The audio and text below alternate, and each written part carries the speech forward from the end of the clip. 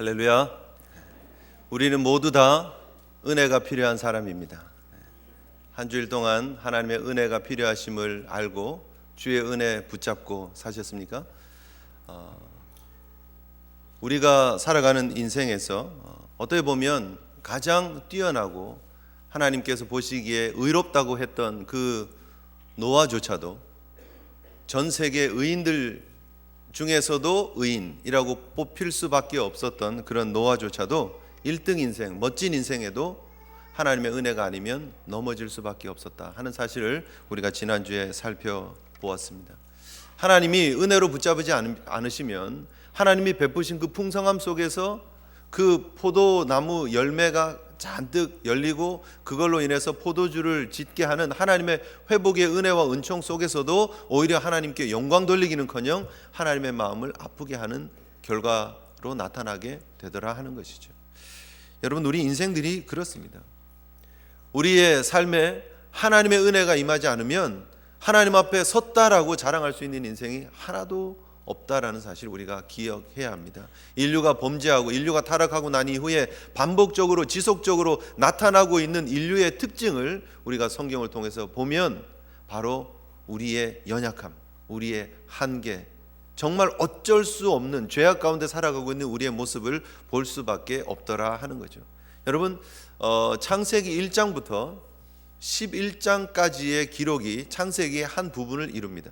원시대 혹은 창조시대라고 그렇게 얘기를 하고요. 12장부터 이제 아브라함을 부르시고 아브라함의 그 후손을 통해서 하나님의 구원의 역사가 구체적으로 이루어지는 그런 모습을 보게 됩니다.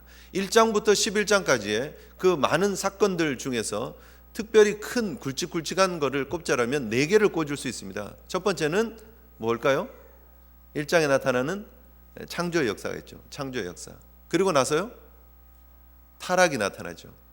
아담과 하와가 하나님 앞에 범죄하고 타락하는 사건이 두 번째 사건입니다. 세 번째 사건은요, 노아의 홍수의 사건이 나타나죠. 인류가 범죄하고 그들의 마음속에 죄악이 가득해서 하나님을 아프게 했던, 하나님을 후회하게 하셨던 그런 사건이 나옵니다. 세 번째 사건입니다. 네 번째 사건은요, 오늘 본문 바벨탑의 사건입니다. 하나님이 창조하시고 난 이후에, 인류가 범죄하고 난 이후에 계속해서 반복적으로 어떻게 보면 조금 하나님의 은혜 가운데 회복되어지는 것 같다가 또 넘어지고 또 넘어지고 또 넘어지고의 역사입니다.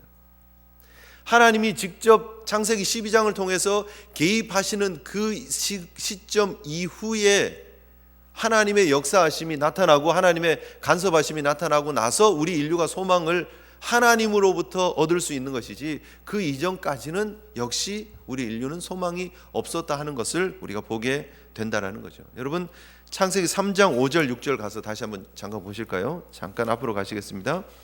창세기 3장 5절 6절 한번 보시겠습니다. 5절 6절. 자, 같이 읽습니다. 시작. 너희가 그것을 먹는 날에는 너희 눈이 밝아져 하나님과 같이 되어 선악을 알 줄 하나님이 아심이니라. 여자가 그 나무를 본즉 먹음직도 하고 보암직도 하고 지혜롭게 할 만큼 탐스럽기도 한 나무인지라. 여자가 그 열매를 따먹고 자기와 함께 있는 남편에게도 주매 그도 먹은지라. 이렇게 사건이 시작이 되었습니다. 무엇이었습니까? 그 마음 속에 하나님과 같이 되려고 했던 그 마음, 내 마음 속에 하나님이 주인이 아니고 내 마음 속에 내가 주인이 되는 순간 인간의 비극은 시작이 되는 것입니다. 하나님 중심으로 살아야 되는데, 하나님 주신 말씀 중심으로 살아야 되는데, 자기 생각이, 자기 판단이, 자기 눈이, 자기 머리가 기준이 되고 나니까 팍 넘어지는 거예요. 자, 조금 뒤로 가시겠습니다. 6장 한번 가서 보시겠습니다. 6장 5절 보십시오. 6장 5절 같이 읽습니다. 시작. 여호와께서 사람의 죄악이 세상에 가득함과 그의 마음으로 생각하는 모든 계획이 항상 악할 뿐임을 보시고, 그들의 마음속에, 사람들의 마음속에 악한 마음들이 가득했었습니다. 무엇입니까? 그 악한 마음은 자기들 중심으로 자기들의 행복과 자기들의 평안과 자기들의 안위를 위해서 살아가려고 했던 마음입니다. 하나님이 악하다라고 했던 거는요, 그들이 하나님 없는 자기의 삶을 살았기 때문이에요. 여러분, 그것을 우리가 마태복음 또 누가복음을 통해서 보면 주님이 이렇게 설명하시죠. 노아의 때에도 이러했다라고 설명하시면서 마태복음 24장 38절에 홍수 전에 노아가 방수에 들어가던 날까지 사람들이 먹고 마시고 장가들고 시집가고 있으면서 얘기합니다. 먹고 마시고 장가들고 시집가는 자체가 틀린 건 아니죠. 그런데 먹고 마시고 시집가고 장가가는 그 마음 중심에 그들의 생각 속에 이 일을 통해서 자기들의 행복을, 이 일을 통해서 자신들의 인생이 자기들이 중심이 되어지는 모습들이 있었기 때문에 하나님 없는 먹고 마심, 하나님 없는 장가가고 시집가고 즐기는 인생이었기 때문에 하나님이 그것을 죄라고 얘기를 하시는 거죠. 오늘 본문으로 우리가 가셔서 여러분 11장에 가셔서 보시면 결국은 그들이 성을 쌓았다, 도시 문화를 만들려고 그랬다. 그게 잘못입니까? 그렇지는 않죠. 도시 문화를 만들 수도 있어요. 그게 특별히 틀렸다고 말할 수는 없습니다. 탑을 쌓았다. 여기 보면 이제 성과 옛날 성경은 대를 이렇게 쌓았다 이렇게 얘기하지만 그 대가 탑이에요. 탑. 탑을 높이 쌓았다. 탑 높이 쌓은 것이 특별히 틀렸다고 말할 수 있습니까? 그 탑을 높이 쌓고 하나님께 예배하기 위해서, 하나님께 더 가까이 나가기 위해서 단을 쌓고 이렇게 높이 올려서 하나님께 나간다는 마음이었으면 틀린 마음은 아니죠. 그런데 성과 대를 쌓아서, 성과 탑을 쌓아서 그들의 마음속에 보여주고 있는 내용이 무엇이냐 하면 4절 한번 보시겠습니다. 4절, 11장 4절 시작. 또 말하되 자, 성읍과 탑을 건설하여 그 탑 꼭대기를 하늘에 닿게 하여 우리 이름을 내고 온 지면에 흩어짐을 면하자 하였더니, 여기에 문제가 있는 것입니다. 뭐가 문제라고요? 우리 이름을 내기 위한 동기가 있었어요. 우리가 흩어지지 말자라고 하는 동기가 있었어요. 하나님을 대적하려고 하는 마음들이 있었어요. 원시대에서 보여주고 있는, 창세기 1장에서부터 11장에서 보여주고 있는 인류의 비극, 인류의 타락이 어디에 있었느냐? 신본주의, 하나님 중심에서 떠나서 인본주의로 갔던 데 있다는 거예요. 하나님이 원하시는 하나님 중심의 삶에서 떠나는 순간 인류의 비극은 시작이 된다는 것입니다. 그리고 결국 그들이 에덴에서 쫓겨나고요, 그들이 홍수로 인해서 심판받고요, 그들이 언어가 흩어지면서 사람들이 흩어질 수밖에 없는 안타까운 비극의 역사를 맛보게 되더라 하는 것이죠. 우리도 그래서 미국 와서 만약에 언어가 하나였으면 우리도 좀 큰 소리 치고 좀 잘 적응하고 살 텐데 이 영어 때문에 이렇게 고생하고 있고요. 우리 1세들은 영어 때문에 고생하고 우리 2세들은 또 한국말 때문에 고생하고 늘 쓰고 생활 속에서 쓰는 언어가 영어인데 교회 오면 자꾸 한국말 쓰라 그러고, 그죠? 우리 부모님들과 이렇게 깊은 대화 잘 못하고 그런 한계들이 있어서 우리 2세들도 사실 참 힘들고 어렵습니다. 선교를 하러 나가도 정말 그 단순한 복음을 전하기만 하면 되는데 그거를 그들이 알아듣는 언어로 전하기가 너무 어려운 거예요. 이 땅에 여러분 언어가 몇 개 정도 되는 것 같습니까? 여러분 몇 랭귀지 정도, 리빙 랭귀지라 그러죠. 쓰고 있는 언어가 몇 개 정도 될 것 같습니까? 대충 한 500개 될 것 같습니까? 500개보다 많을 것 같습니까? 1000개, 1000개보다 더 많을 것 같습니까? 3000, 네, 세게 쓰셨는데 3000보다 더 많습니다. 위클리프에서 2009년에 이렇게 조사한 바를 하면요 6,900개가 넘습니다. 언어는요 우리가 만들어내는 게 아니거든요. 사실은 하나님이 주신 given language예요. 사실은 given language. 태어나면서부터 그 속에 문화가 담겨져 있고요, 그 속에 사상이 담겨져 있는 언어가 6,900개가 넘습니다. 6,900개 넘는 언어가 각 종족, 방언, 그런 모든 흩어진 그런 언어들이 그렇게 지금도 사용되어지고 있다라는 거예요. 그런데 그 안타까운 비극의 결과가 오늘 여기에서 나왔다는 거예요.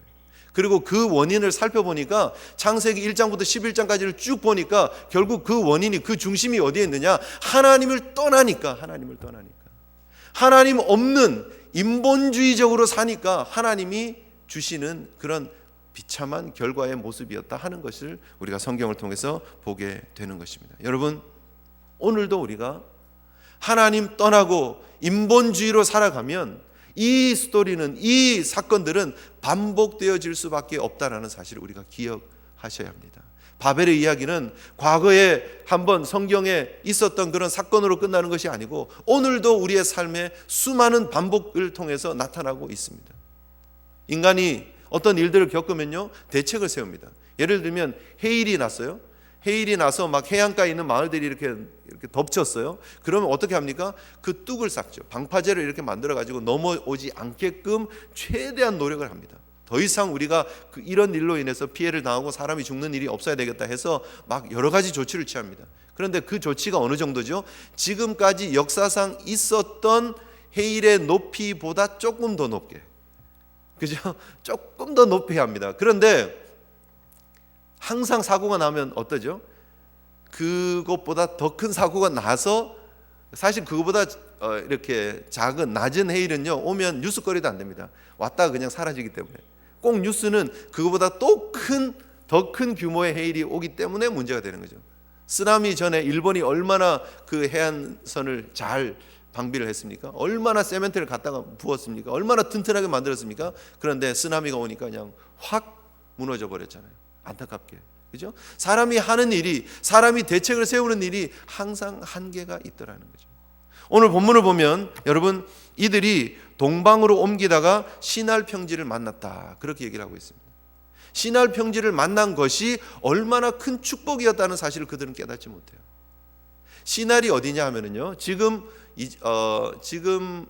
그 티그리스하고요 유프라테스 강 사이, 바벨론, 고대 바벨론 문화가 있었던, 수메르 문명이 있었던 그런 지역입니다. 아주 강하고 강사이니까 지금 이라크 땅, 그 사이에 비옥한 평지가 있었습니다. 거기에 정말 풍요로운 땅이 있었습니다. 거기에서 하나님 앞에 감사하고 거기에서 정착하고 거기에서 문화를 꽃피우면서 잘 살면 되는 거예요.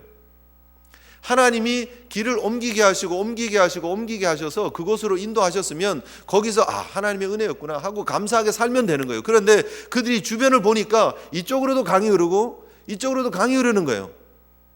이게 보니까 땅은 좋은데 이쪽에도 강이 있고 이쪽에도 강이 있으니까 이게 언젠가 또 강이 범람하고 홍수가 오면, 우리 옛날에 홍수로 우리 조상들 다 죽었는데 우리 또 그런 일이 벌어지면 어떡하지? 그들이 생각을 하는 거예요. 그리고 대책을 세우는 거예요. 하나님이 분명히 물로 더 이상 심판하지 않겠다라고 하셨는데, 하나님 주신 은혜와 하나님 주신 풍요를 맛보면서 하나님 붙잡고 살면 되는데, 그들이 인간의 대책을 세우고 간 것이 성을 쌓고 대를 쌓는 거예요.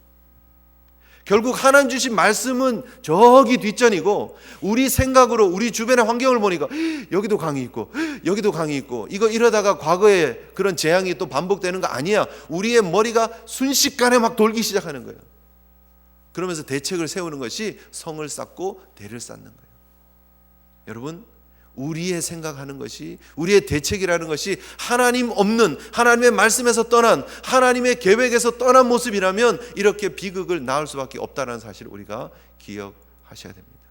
그들이 그때 당시에는 최고의 문명을 가지고 있었습니다. 돌을 가져다가 건축을 했었는데요, 돌 가지고 오려니까 너무 힘든 거예요. 먼 거예요. 그리고 특별히 이 시날 평지에는 돌이 별로 없었어요. 하얀 진흙, 흰 색깔의 진흙은 되게 많았는데 돌은 별로 없는 지역이에요. 그런데 보니까 그곳에 역청, 아스팔트가 되게 많은데 아스팔트에 어떻게 불이 붙은 지역이 있는데, 불이 붙은 지역을 보니까 그 진흙이 단단하게 굳어 있는 걸 보는 거예요. 야, 이거다. 우리가 이러지 말고 진흙을 우리가 원하는 모양으로 만들고 굽자. 구우니까 이렇게 단단하게 되니까 그거를 개발을 한 거예요. 그리고 나서 그것을 가지고 그들이 높은 성과 대를 쌓기 시작하는 거예요. 탑을 쌓기 시작하는 거예요. 여러분, 뛰어난 문명이었지만 그러나 그들의 마음속에 하나님은 이미 없습니다.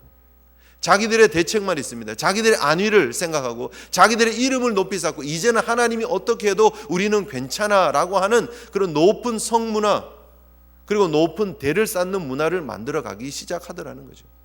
그러나 결국 그것이 그들로 하여금 비극을 낳게 한다는 것은 그들을 생각하지 못했다는 거죠.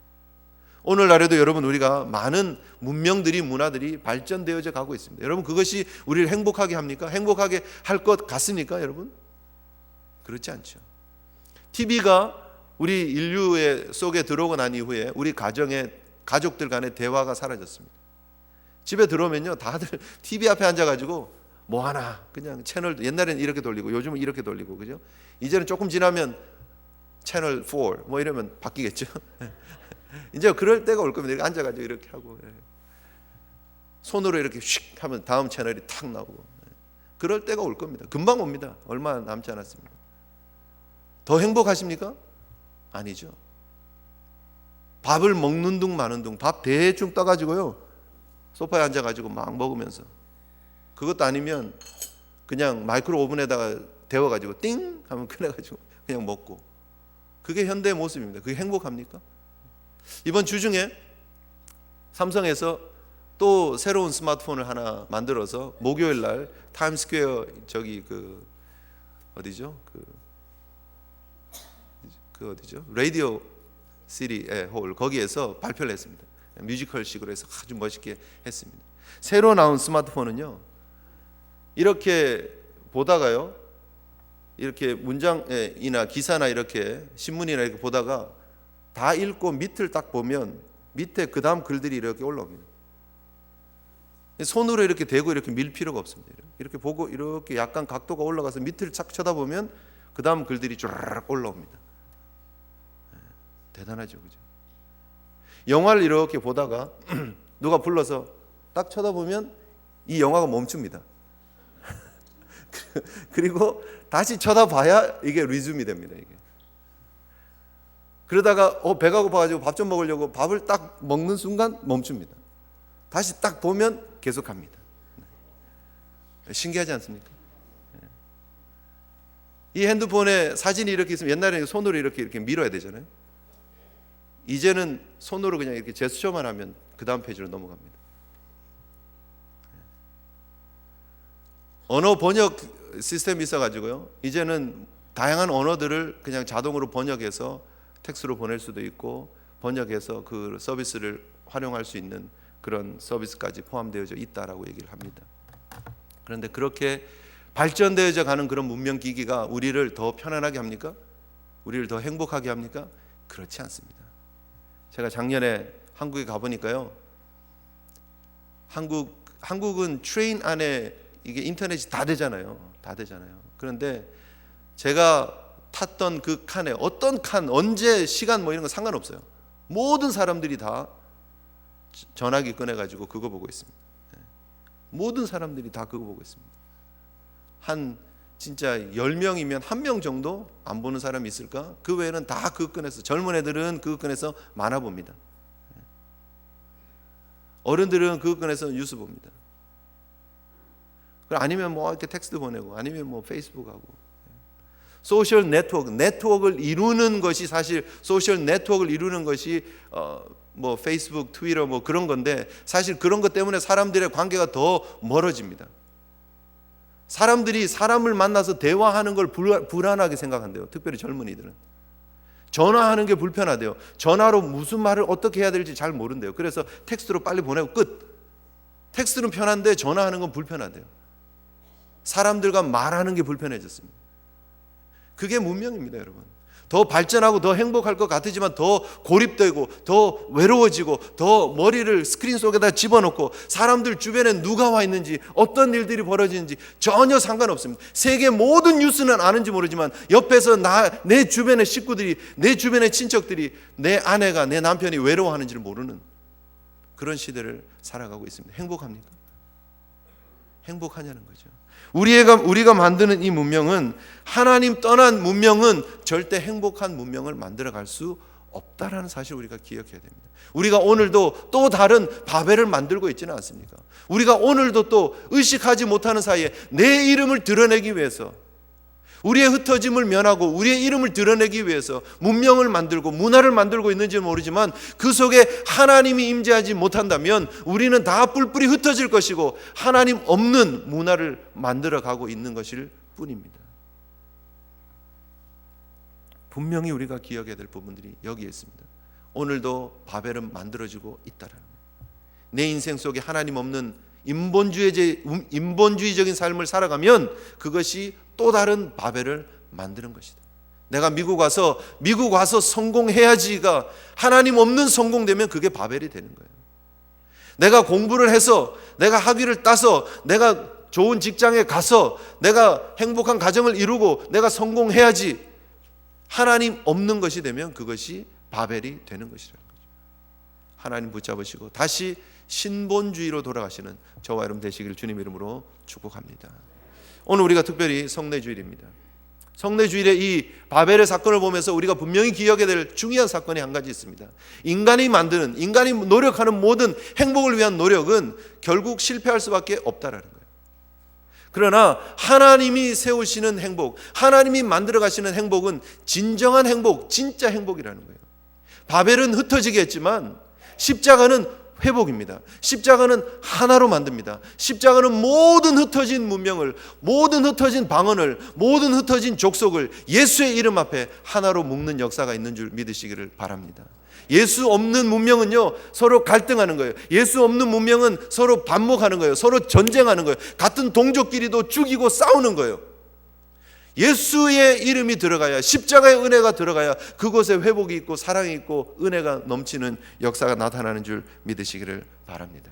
여러분, 이 흩어진 바벨은 흩어지게 했어요. 바벨은 영어를 만들고 한국말을 만들고 일어를 만들고 독어를 만들었어요. 그러나 성령의 은혜는 십자가를 통해서 완성시킨 구속의 은혜, 주님의 은혜, 성령의 은혜는 이 모든 언어를 통폐합시키고 하나로 만드는 역사가 있는 줄 믿으시기를 바랍니다.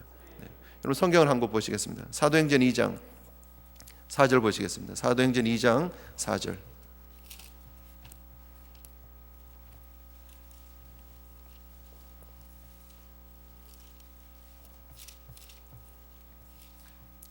사도행전 2장 4절입니다.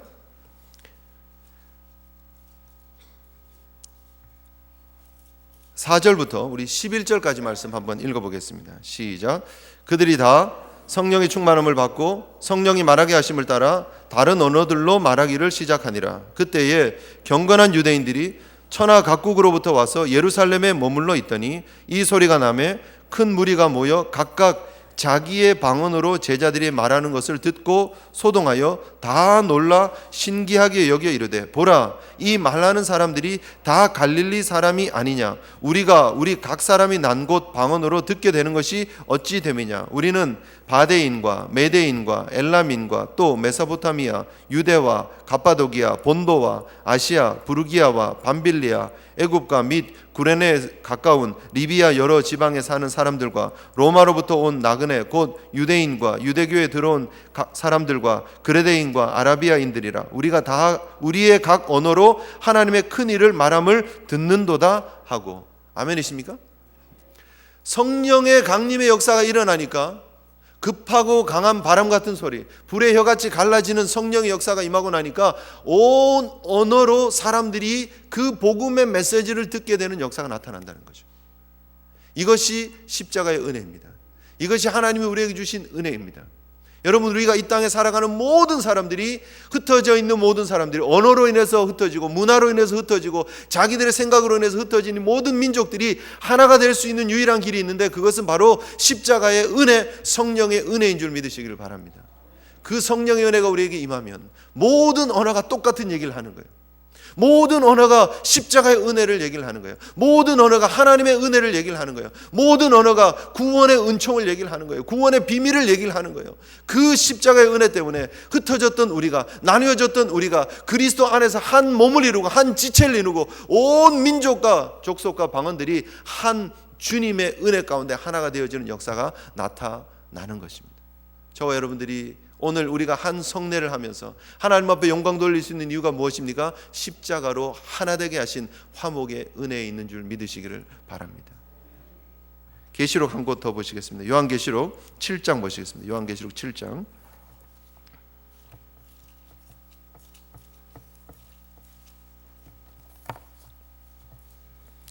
요한계시록 7장 9절부터 12절까지 말씀 보시겠습니다. 요한계시록 7장 9절부터 12절입니다.